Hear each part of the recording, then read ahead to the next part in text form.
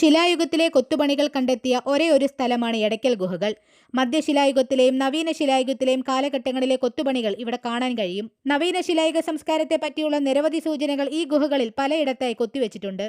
സമുദ്രനിരപ്പിൽ നിന്നും ഏകദേശം 4000 അടി ഉയരത്തിലുള്ള അമ്പുകുത്തി മലയുടെ മുകളിലുള്ള ഒരു വലിയ പാറയിൽ രൂപപ്പെട്ട ഒരു വിള്ളലിന് മുകളിലായി മേൽക്കൂര പോലെ മറ്റൊരു കൂറ്റൻ പാറ വീണുറച്ചുണ്ടായതാണ് മനുഷ്യനിർമ്മിതമല്ലാത്ത ഈ ഗുഹ.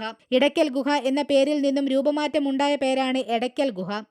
ഒരു പാറയുടെ നടുവിലുണ്ടായ വിള്ളലിലേക്ക് അല്ലെങ്കിൽ ഇടയിലേക്ക് മറ്റൊരു പാറ മുകളിൽ നിന്ന് വീണ് കിടക്കുന്ന രീതിക്ക് ഒരു ഗുഹ രൂപപ്പെട്ടതിനാലാണ് ഇവയ്ക്ക് ഇത്തരം ഒരു പേര് വന്നത്.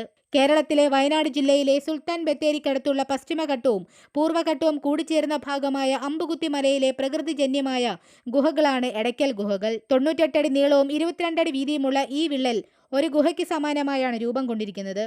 എഫ് ഫോസറ്റ് എന്ന മലബാറിലെ ജില്ലാ പോലീസ് സൂപ്രണ്ടായി സേവനമനുഷ്ഠിച്ചിരുന്ന വ്യക്തിയാണ് 1901 എടയ്ക്കൽ ഗുഹകളെ ലോക ശ്രദ്ധയിലേക്ക് എത്തിച്ചത്.